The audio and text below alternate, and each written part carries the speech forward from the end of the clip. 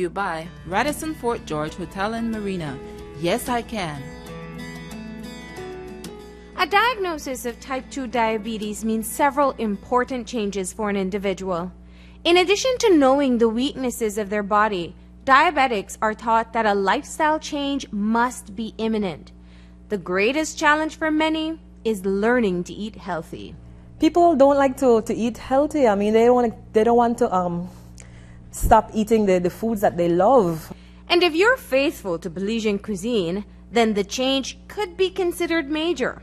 Most important to note is that unlike the common misconception, sugar is not a diabetic's nemesis. The first changes is normally trying to reduce carbohydrate foods and sugary foods and also fats.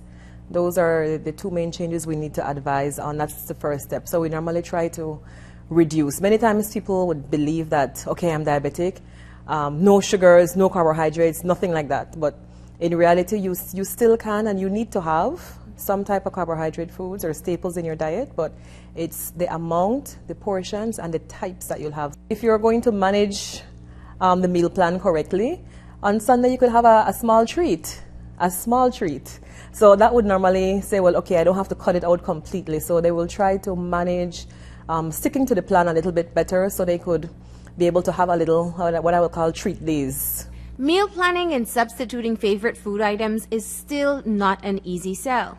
One of the critical areas to address is usually the liquid calories we put into our body.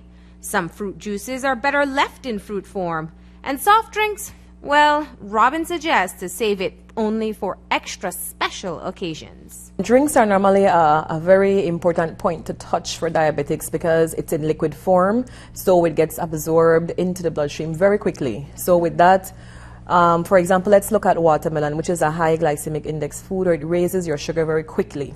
Having a full glass, I would say maybe an 8-ounce or 10-ounce glass of watermelon juice could raise your blood sugar very fast versus having just the fruit and water. So especially if it has added sugar to it. So when we tell diabetics to have fruit juices, we have to make sure that we're advising on which type. So watermelon wouldn't be a very good option to recommend for diabetics. We would say definitely have the fruit and water before. It has a lot of sugar in it. We're looking at about 36 to maybe 42 grams of sugar for a soda or soft drink.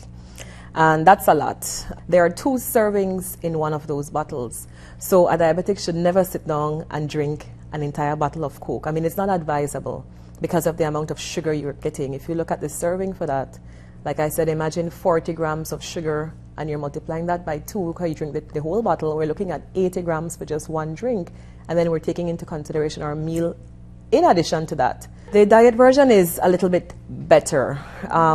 There's no nutrients in soft drinks, period. So we need to make that point that it's a real empty calorie food. It provides absolutely no nutrients but sugar. And if you're diabetic, you're watching your sugar anyways. So the diet has in artificial sugars like Splenda, Equal, stuff like that. But those artificial sugars are better for diabetics to have, but because it doesn't provide much nutrients, we still need to make sure that we don't make a habit of having them every day. If you just can't stomach water with your meal, fruit juices like papaya, apple, and pineapple are recommended. Don't add any extra sugar though, and don't drink more than 2 cups per meal.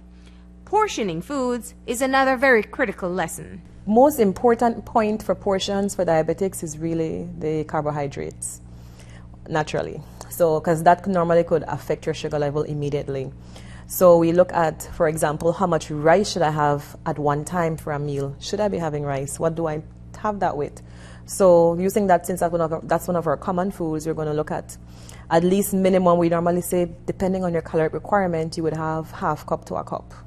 Meat should be about 4 ounces, and it shouldn't be anything oily, greasy, fatty, because again, we're looking at having balanced portions and also healthy options. So our meat should most of the time be grilled, baked, steamed, roasted.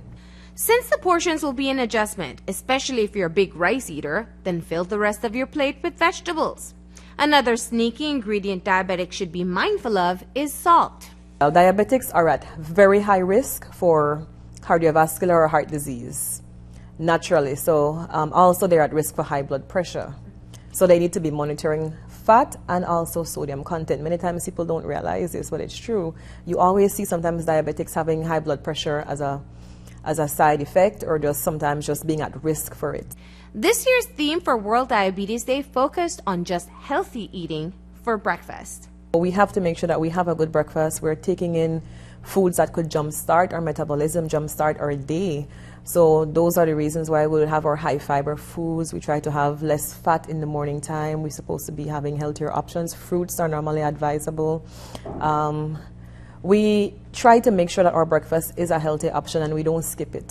Choosing healthier options is an important first step, but portion control and exercise are just as important. And once we learn which is healthier to have, white bread versus whole wheat bread, we are making a step in the right direction. Fried chicken versus baked chicken, full cream or condensed milk versus our 2% or 1% milk, or low fat or soy milk.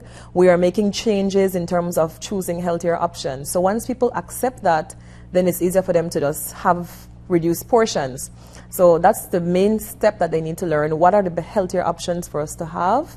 And then we start looking at managing the portion size, because it's very difficult if they don't cut down portion size and don't have the right foods. This segment of Healthy Living was brought to you by Radisson Fort George Hotel and Marina.